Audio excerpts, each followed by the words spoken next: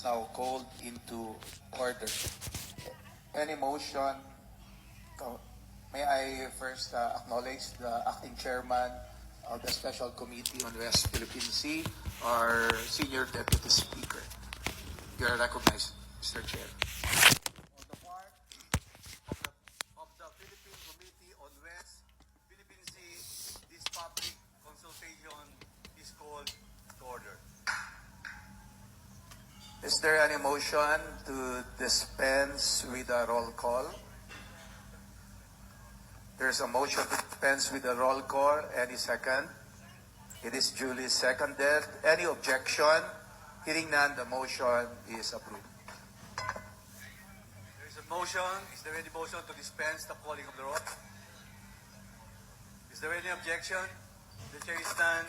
The motion is approved. At this point po, ang acting chairman ng Committee on National Defense ay magbibigay ng opening remarks. So ulitin po, magandang umaga sa ating lahat. Maraming salamat po sa inyong pagdalo sa ating public consultation ngayong umaga. Noong nakaraang Lunes at Martes, Mayo 21 at 22, nagkaroon ng pandinig ang House of Representatives sa sinasabing gentleman's agreement ni dating Pangulo Duterte at ng Pangulo ng China na si President Xi Jinping. Sinimulan ang patinig upang malaman natin kung mayroon nga bang gentleman's agreement. Ano ang nilalaman nito kung meron man at ano ang kaugnayan nito sa West Philippine Sea, lalo-lalo na sa mga isla katulad ng Ayungin Shoal at Bajo de Masinloc. At ano ang epekto nito sa kabuhayan ng ating mga kababayan. Sa pagpapatuloy ng pandinig na ito, dito po kami upang magkaroon ng konsultasyon diretso sa inyo. Nandito po kami upang alamin ang inyong kalagayan. Nandito po kami upang makinig sa inyong karanasan at hinaing.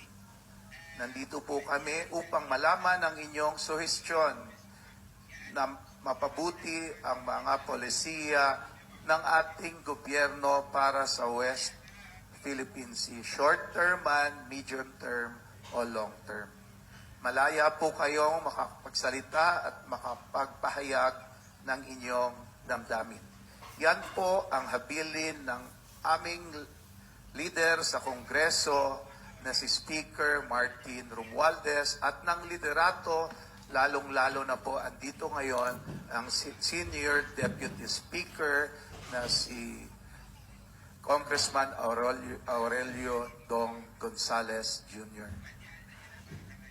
Lumalabas po sa dalawang hearing, lalong-lalo na sa aming mga nakuha na halos hindi magkatugma at magkasalungat ang mga pahayag na lumalabas at makakarating sa taong bayan ng dati pong administrasyon sa usapin ng West Philippine Sea. At ito po, to a certain extent, ay nagdudulot ng kalituhan at kawalan ng paglinaw. At ginagawa po ito natin para maghanap ng kaliwanagan at maituwid po ito pamaraan ng polisiya na ating kasalukuyang administrasyon. Hindi lingid sa atin ang ginagawang akbang ng China sa rotation at resupply mission ng Philippine Coast Guard papunta po sa BRP Sierra Madre na nasa Ayungin Shoal. Nakita natin sa mga balita ang ginagawang pagharang at pagtugis sa barko ng Philippine Coast Guard, paggamit ng water cannons at paggamit even ng mga military-grade laser. Mahalaga sa atin, lalo na sa ating mga mangingisda, ang West Philippine Sea. Mahalaga ang malayang paglalayag at makapagpangisda ng walang balakid para sa inyong kabuhayan. Mahalaga na paproteksyonan ang ating yamang dagat, hindi lamang para sa kasalukuyang kundi para sa susunod na henerasyon. Nararapat lamang na tayo pong mga Pilipino ay makinabang sa biyaya ng ating karagatan. Nararapat lamang na isulong natin ang ating karapatan sa mga lugar o teritorya na atin at meron tayong sovereign rights.